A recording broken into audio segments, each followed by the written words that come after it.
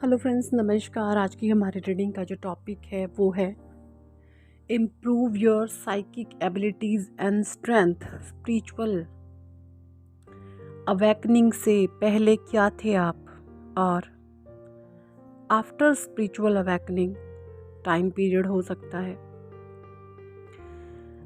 2.5 साल का हो, 3 साल का हो। अभी आप में क्या क्या चीज़ें, क्या क्या बदलाव आया है, देखिए। स्पिरिचुअल अवेकनिंग का मतलब होता है आत्मज्ञान, आत्मबोध, आत्म जागृति। यानी कि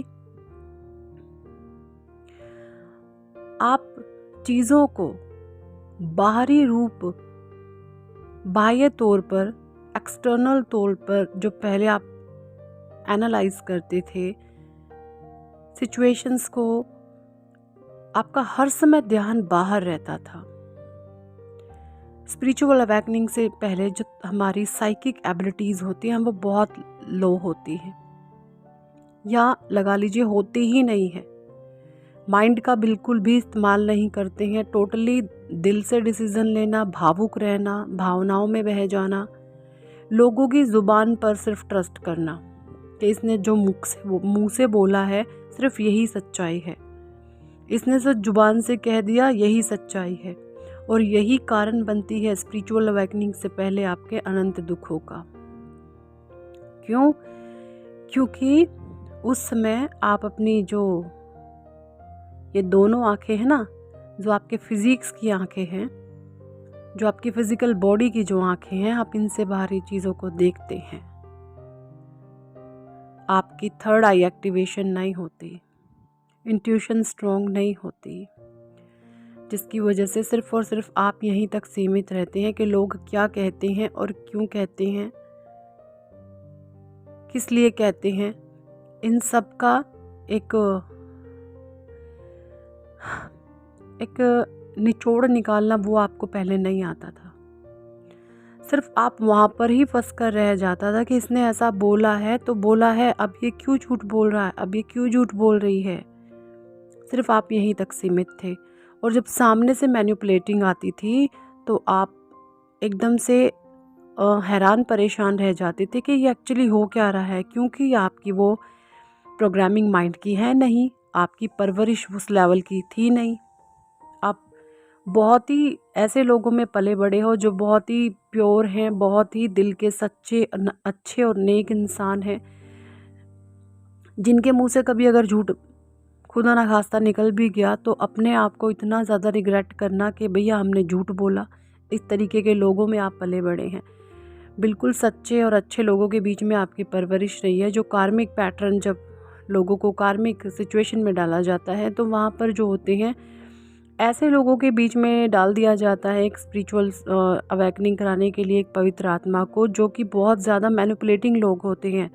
मैनिपुलेटिंग इन द सेंस कि बहुत ज़्यादा चालाकी से अपने काम निकालने वाले होते हैं, है ना। जैसे टीवी सीरियल्स में लोग बहुत चंट चालाकियाँ दिखाते हैं, उस तरीके की जो साइकिक एबिलिटीज़ होती हैं इन लोगों की होती हैं, जो आपके इर्द गिर्द रहते हैं। ये टोटली नार्सिस्ट फैमिलीज़ होती हैं, नार्सिस्ट लोग होते हैं, एकदम निष्क्रिय होते हैं, है ना, पैसिव टाइप होते हैं। आप होते हैं बहुत एक्टिव, आप होते हैं बहुत एनर्जेटिक। क्यों? क्योंकि आप दिल से सच्चे हैं, दिल के अच्छे हैं, पवित्र हैं, आप नेक हैं। क्योंकि जब एक इंसान के अंदर है ना पॉजिटिविटी होती है ना, पॉजिटिविटी कहाँ पर होती है? हमारे मन में होती है, हमारे दिल में होती है।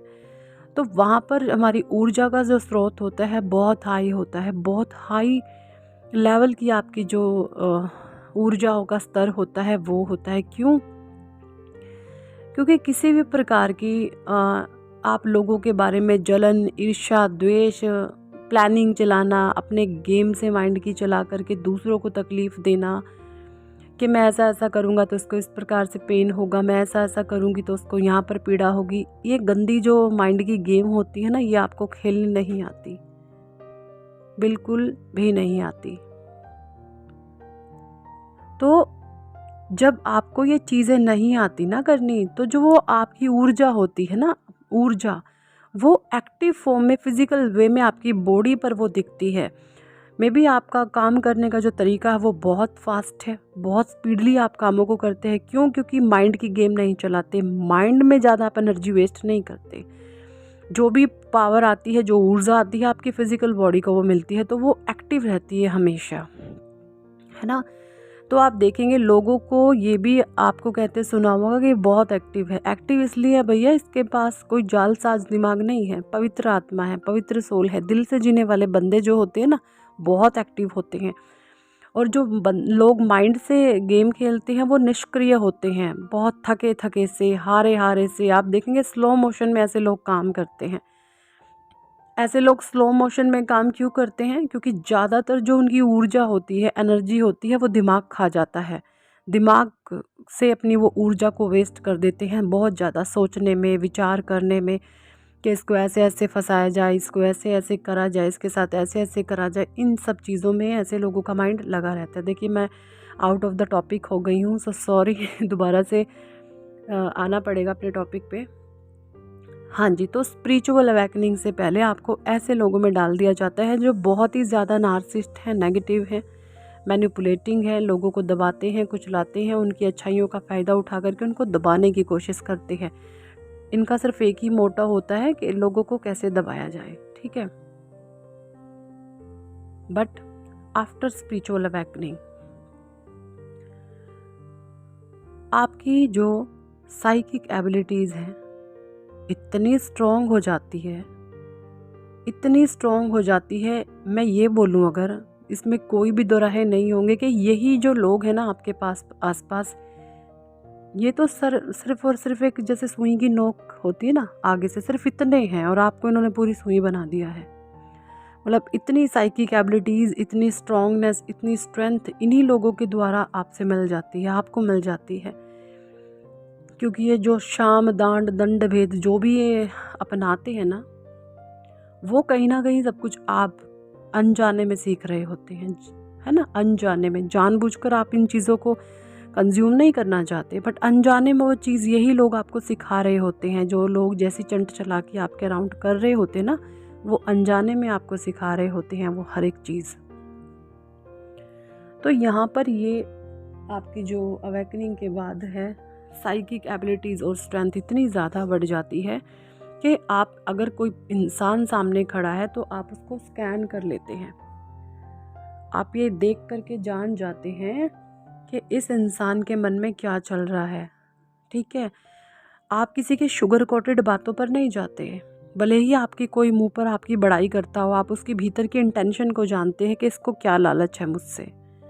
तो इस तरीके की आपकी साइकिक एबिलिटीज़ एंड प्लस में परमात्मा आपको जो देते हैं वो देते हैं दिव्य ज्ञान, अबंडेंस आपको दे देते हैं।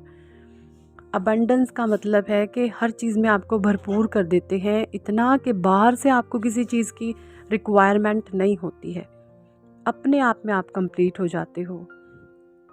क्योंकि यहाँ पर इन लोगों के द्वारा किसी के मान सम्मान को ठेस पहुंचाई जाती है, किसी के रिस्पेक्ट को ठेस पहुंचाई जाती है, सेल्फ एस्टीम को हिलाया जाता है, जो परमात्मा बिल्कुल पसंद नहीं करते। भगवान कहते हैं कि सब एक आत्मा का, हर एक आत्मा का अपना स्वमान है। जो एक दूसरे के को नीचा दिखाने की, अपमान करने की, किसी की दिल पर ठेस पहुंचाकर किसी की आत्मा को अगर पीड़ा पहुंचाते हैं ना, उन लोगों का जो हश्र होना है वो खुद भी नहीं जानते। वो तो स्वयं परमात्मा ही जानता होगा ऐसे लोगों का क्या हश्र होता है। तो आपकी इंटेंशन प्योर हो जाती है। इंटेंशन तो आप प्योर सोल हैं, वैसे ही आपके इंटेंशन प्योर। आपसे जो दुश्मनी भी रखते हैं ना, आप कभी गुस्से में तो भले ही बोल दो, पर आत्मा के लेवल से कभी भी आप किसी का भी बुरा नहीं चाहते।